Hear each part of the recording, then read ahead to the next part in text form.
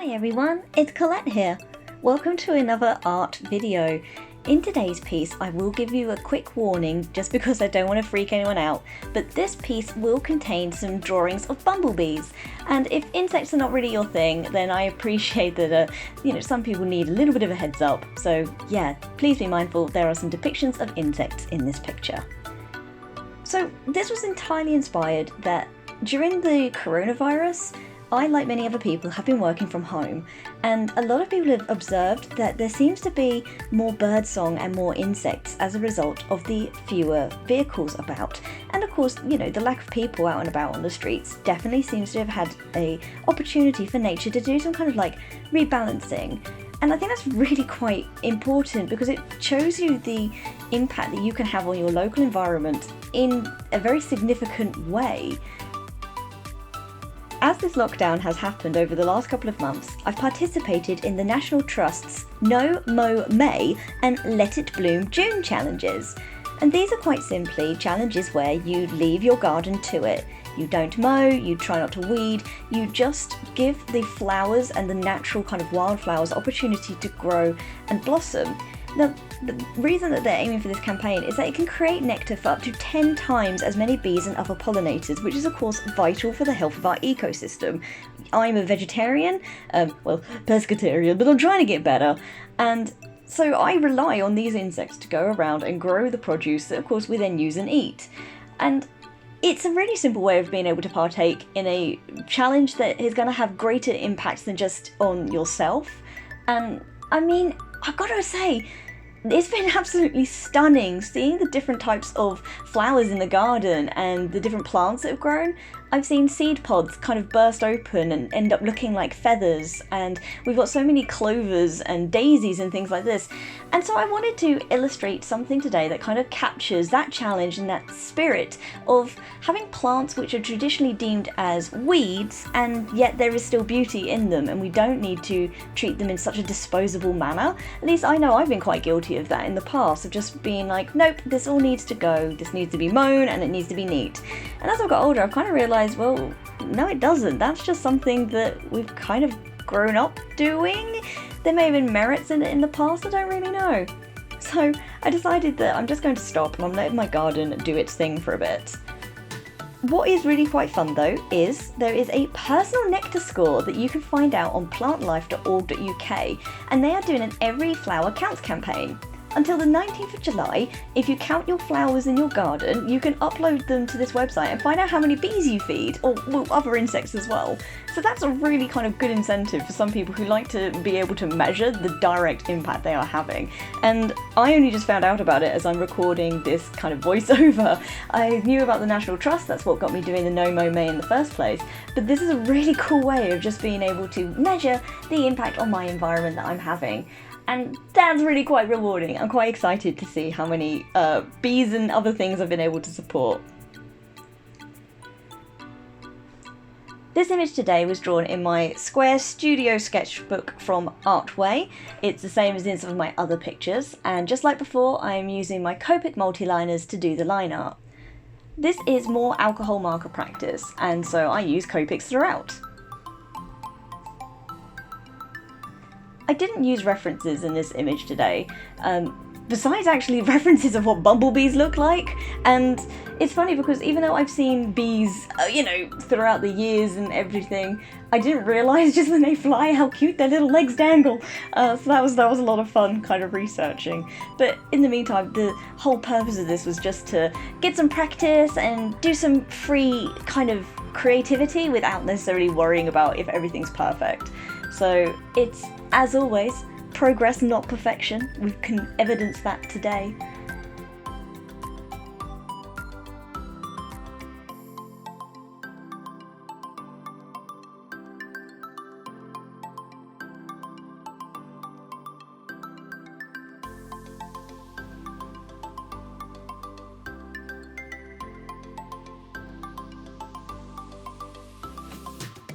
I need to pay a little bit more attention to the size of things. These were just supposed to be daisies that she's holding. That's huge! I know you can get giant daisies in that, but I think this was ever so slightly exaggerated. It's still quite fun. I did enjoy being able to haphazardly just add details and flowers as I went through, because as always, didn't really plan too much besides the sketch. It's my favourite way of working, just let it happen, see where it goes, why stress over the details, and I found it very therapeutic. As always as well, I wanted to depict someone in a really cute little feminine outfit, and so I've got a nice high-waisted skirt with just kind of a sloped neck line on her t-shirt. Yes, I think it's adorable, I think it's perfect for the kind of the spring summer wear, and I'm trying to get better in diversifying my fashion tastes, but it's definitely, I go back to some try-hard favourites, and the kind of high-waisted line at the moment is one of them.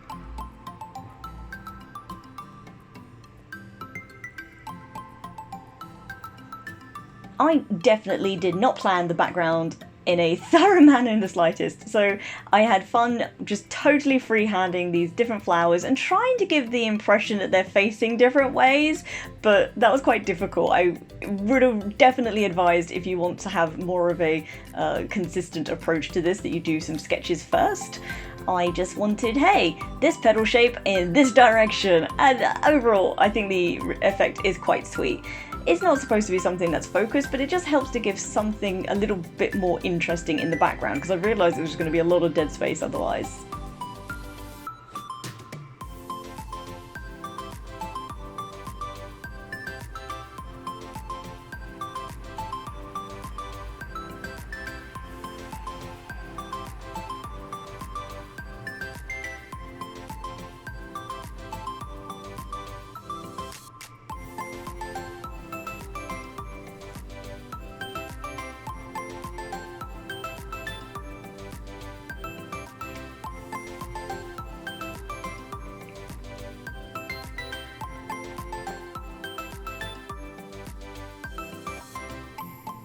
I love just the effect that adding a thicker, bold line around certain parts of the picture just makes everything pop.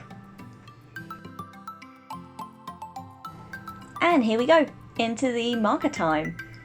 One of the things I really enjoyed about this image, it's going to make me sound a little bit kind of, I'll just say it. I really liked how her cleavage came out, okay? Like, it's only supposed to be like a subtle little nod to, yes, there's a chest there, but I think it's one of the best ways I've handled it, with a soft blending, and so, yeah, see how I build that up. Just, oh gosh. The things you don't think you ever hear yourself saying, at least out loud, let alone when you're recording for a video, just, hey everyone, I really like the way I did the chest. But it's true.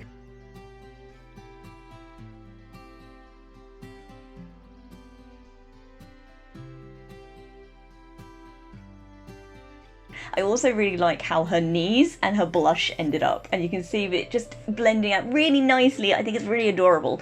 I want to experiment more with adding like the elements of pink to the kind of little patches like the knees, the elbows, the shoulders and the cheeks. I think it just makes it flush and full of life, and as this one is dedicated to insect life and pollen and flowers, I thought it was really well fitting. It's got that really sweet kind of like spring brightness to it. I don't know.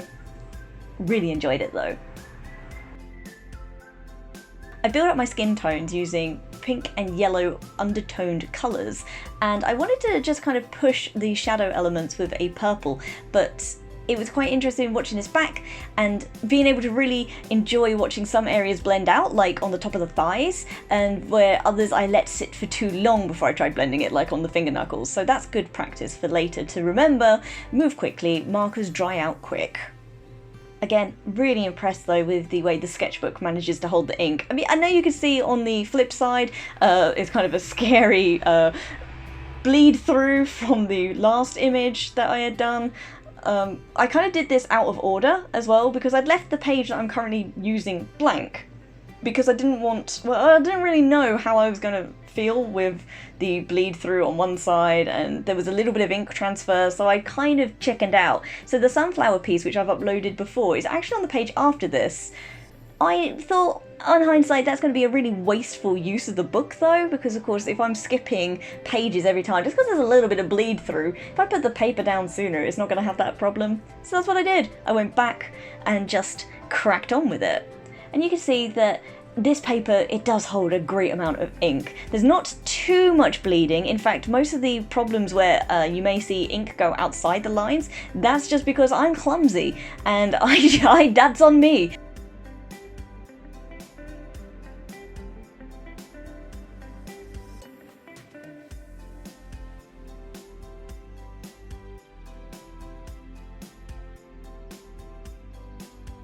I wanted to really experiment with some bold, darker hair colours because the most recent pieces that I've been doing are all quite blonde and brunette in spectrum, and I knew I wanted to build up and go darker and add some nice contrast to it. But I didn't really know where to start. I didn't want to have just greys and that kind of desaturated colour in it. I am vibrant, I like to have big bold colour, hence I'm doing the shirt in yellow, which looks really jarring against that blue hair at the moment, but trust me, it mellows out at the end. I decided to go with a blue base because I know that sometimes if you think about dyed black hair and things like this, or dark blue hairs, they've got that really nice kind of sheen to them and it just adds some dimension. So that's what I did. I went blue knowing I was going to go over it in black, but it does look interesting at different points. I think I'm definitely going to experiment with having some blue hair characters again in the future. I'm just seeing how much I can push it.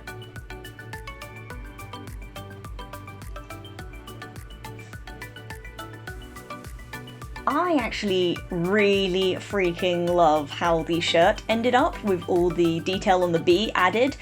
I had to look up so many different references for these little bees. It's quite entertaining because I had some open and I was giggling where they had like bees that had fallen asleep in flowers and they just looked so adorable. So yeah, try to incorporate that sense of different bee momentum, and you'll see them when I add them later. They kind of just, they're there, they've got a little life of their own. I love it. I would definitely wear this combination of clothing as well. I think it's really quite cute and chic. I don't know if those are words that you would describe me in real life, but hey, let's take it, let's try it.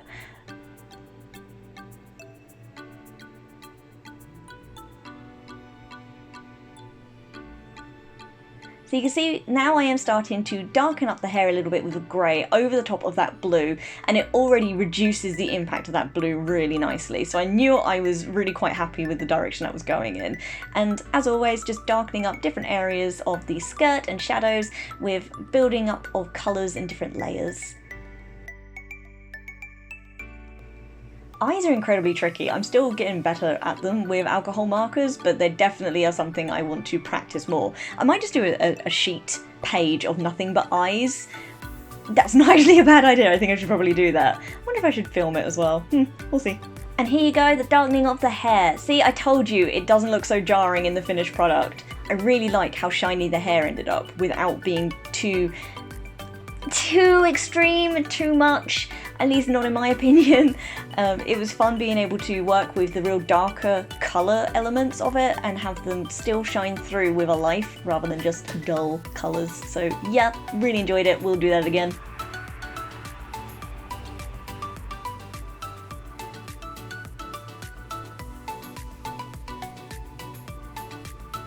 So I do need to say, I don't know what happened when I was colouring this background, but I noticed after I had finished doing the sky that my camera was not on. So at some point my camera stopped and then started again. So you'll see that coming up. I apologise, I wasn't trying to hide anything I was up to. I just pretty much used a variety of different pens and just added them on top of one another. I'm still trying to get better at clouds and trying to freehand backgrounds and things like this, but I didn't want it to be too complicated in this piece, which is why in the grass and things there's very little coloured changes. I really wanted to focus to be on that bright yellow bumblebee in the middle on her shirt, and then all the little bumblebees and the little blobs of colour around her. I think it's adorable. I really liked how it came out. The greens I use in the grass as well have a nice yellowish undertone to them, so I think it really helped tie the colour together.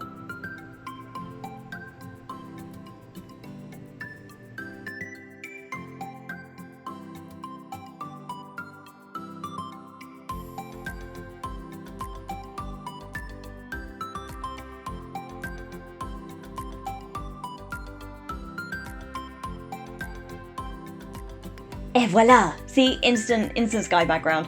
All I did was go from a lighter blue to a more saturated blue and try to leave space where clouds would be.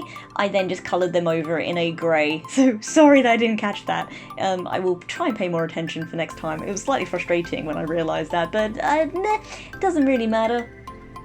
And my favourite bit, yeah, going over everything with a pen to make it all really bold and stand out. I don't know why, it literally is the bit I look forward to sometimes the most, just seeing the kind of the finished product. And here we have it. So look at those little bumbles. Love it. Love the shirt, love the finished piece, and overall I am ecstatic with it. Especially just because it wasn't planned. So yeah, I hope that you've enjoyed watching this video and listening to me ramble. Please remember, have a look at that plantlife.org.uk/everyflower counts and submit your personal nectar score. Just let's see what good we're doing for the environment. Take care everyone, and until next time, I hope to catch you in the next video.